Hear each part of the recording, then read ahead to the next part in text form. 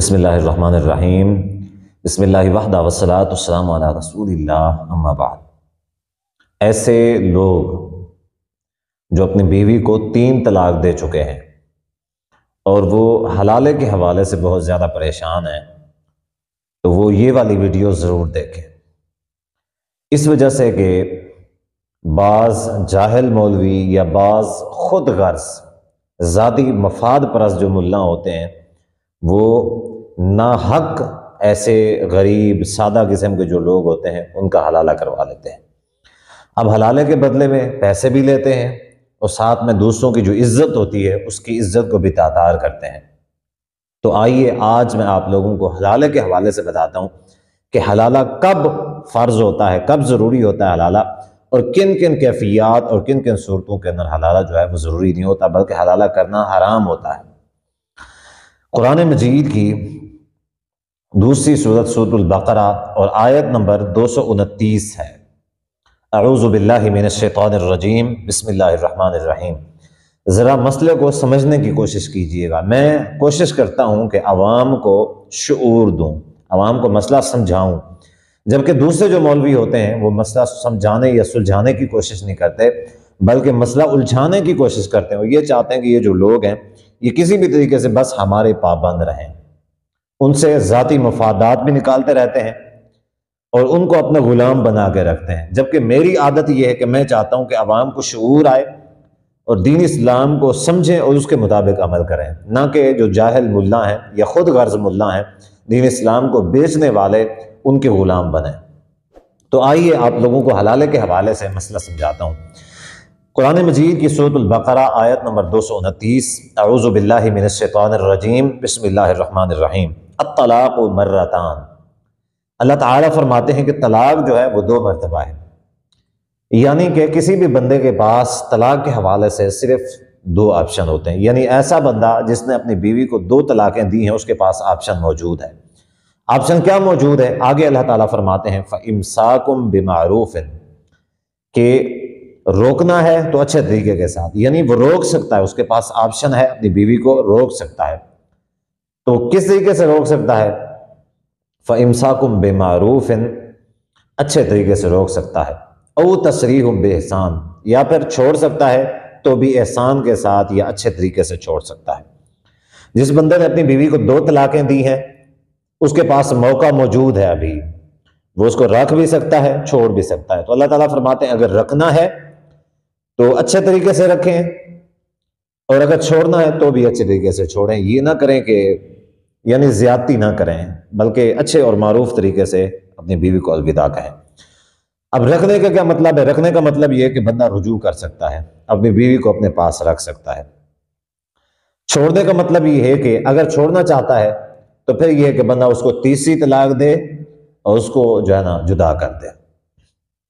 اب یہ جو آیت ہے اس کا جو اگلا حصہ ہے اس کو ہم تھوڑا سکپ کرتے ہیں۔ اگلی آیت 230 نمبر جو آیت ہے اس کو پڑھتے ہیں۔ اللہ تعالیٰ فرماتے ہیں حلالے کے حوالے سے فَإِن طَلَّقَهَا فَلَا تَحِلُّ لَهُ مِن بَعْدُ حَتَّىٰ تَنكِحَ زَوْجًا غَيْرَهُ، کہ اب اللہ تعالیٰ نے فرمایا تھا کہ 2 طلاقیں ہیں، 2 طلاقوں کے بعد رکھ بھی سکتا ہے چھوڑ بھی سکتا ہے، یعنی اب جو چھوڑے گا صاحب ذرا اس نے 3ری طلاق دینی ہے۔ اب جب اللہ تعالیٰ فرماتا ہے فَإِن طَلَّقَهَا، اس نے 3ری طلاق اس کو دے دی اپنی بیوی کو، فَلَا تَحِلُّ لَهُ مِن بَعْدُ، اس کے بعد اس کی بیوی جو ہے اس کے لیے حلال نہیں ہے۔ کب تک حلال نہیں ہے؟ حَتَّىٰ تَنكِحَ زَوْجًا غَيْرَهُ، حَتَّىٰ تَنكِحَ زَوْجًا غَيْرَهُ، یہاں تک کہ وہ کسی اور سے نکاح کرے۔ اب یہاں پہ جو حلالے کا مسئلہ ہے، یہاں پہ حلالے کا مسئلہ حل کرتے ہیں۔ مسئلہ یہ کہ حلالے کی 2 قسمیں، میں عام طور پہ حلالے کی 2 قسمیں کرتا ہوں، ایک ہوتا ہے حلالہ شرعی اور ایک ہوتا ہے حلالہ غیر شرعی۔ حلالہ غیر شرعی یہ ہے کہ اکثر و بیشتر جو مولوی ہیں، کوئی بندہ اپنی بیوی کو 3 طلاق دیتا ہے اور 3 طلاق دے کے کسی مولوی صاحب کے پاس چلا جاتا ہے، مولوی صاحب میں نے اپنی بیوی کو 3 طلاق دے دی ہیں، مولوی صاحب کہتے ہیں حلالہ کرو، حلالہ کرواؤ اس کا حلالہ کروا کے پھر لے جو اپنے ساتھ نکاح کر لو۔ اب یہ جو ہے یہ جو عام طور پہ جو حلالہ چل رہا ہے یہ غیر شرعی ہے، یہ حرام ہے، یہ کسی کی عزت کو تعطار کرنے والی بات ہے اور یہ زنا ہے۔ ایسا بندہ جو اپنی بیوی کا حلالہ کرواتا ہے یا ایسا بندہ جو کسی کی بیوی کا حلالہ کرتا ہے، نبی اسلام نے دونوں کے اوپر لعنت فرمائی ہے، لعن اللہ المحلل والمحلل، ایسا بندہ جو کسی کا حلالہ کرتا ہے یا ایسا بندہ جس کے لیے حلالہ کیا جاتا ہے، نبی اسلام نے فرمایا دونوں پہ لعنت ہے، یہ لعنتی ہیں دونوں۔ مگر افسوس یہ ہے کہ آج کل پیسے بھی دیتے ہیں لوگ اپنی عزتوں کو خراب کرنے کے، میں نے 3 طلاقیں دی ہیں لہٰذا حلال بیوی لے جاؤ۔ اب یہاں پہ میں آپ لوگوں کو ایک مسئلہ سمجھاتا ہوں، حلال شرعی کون سا ہے؟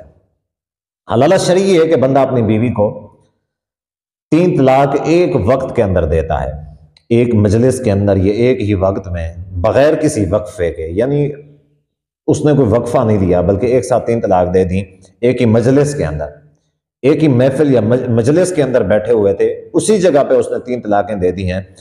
تو صحیح مسلم کی حدیث ہے، حضرت عبداللہ بن عباس رضی اللہ تعالیٰ عنہما فرماتے ہیں کان الطلاق علی عہد رسول اللہ صلی اللہ علیہ وآلہ وسلم و فی خلافت ابو بکر و فی صدر خلافت عمر طلاق الثلاث واحد، کہ حضرت نبی صلی اللہ علیہ وسلم کے زمانے کے اندر، حضرت ابو بکر صدیق رضی اللہ تعالیٰ کی خلافت میں، حضرت عمر رضی اللہ تعالیٰ کی خلافت کے شروع میں 3 طلاقیں ایک ساتھ جو دی جاتی ہیں ان کو ایک شمار کیا جاتا تھا۔ تو اس سے پتہ چلتا ہے کہ ایک مجلس کے اندر جو 3 طلاقیں دی جاتی ہیں وہ ایک ہی ہوتی ہے۔ تو اگر کوئی بندہ اپنی بیوی کو ایک ساتھ 3 طلاق دیتا ہے ایک ہی مجلس میں، ایک اسٹامپ پیپر کے اوپر، ایک ہی میسج کے اندر، تو کیا ہے کہ وہ ایک ہی شمار کی جائے گی۔ اب جب وہ ایک شمار کی جائے گی اس کا مطلب یہ ہے کہ وہ عدت کے دوران رجوع کر سکتا ہے۔ اگر عدت کے دوران رجوع نہیں کرتا تو بھی کوئی مسئلہ نہیں ہے، طلاق ہو گئی، 3 مہینے گزر گئے، طلاق کمپلیٹ ہو گئی، اب وہ دوسرا نکاح اس کے ساتھ کر سکتا ہے۔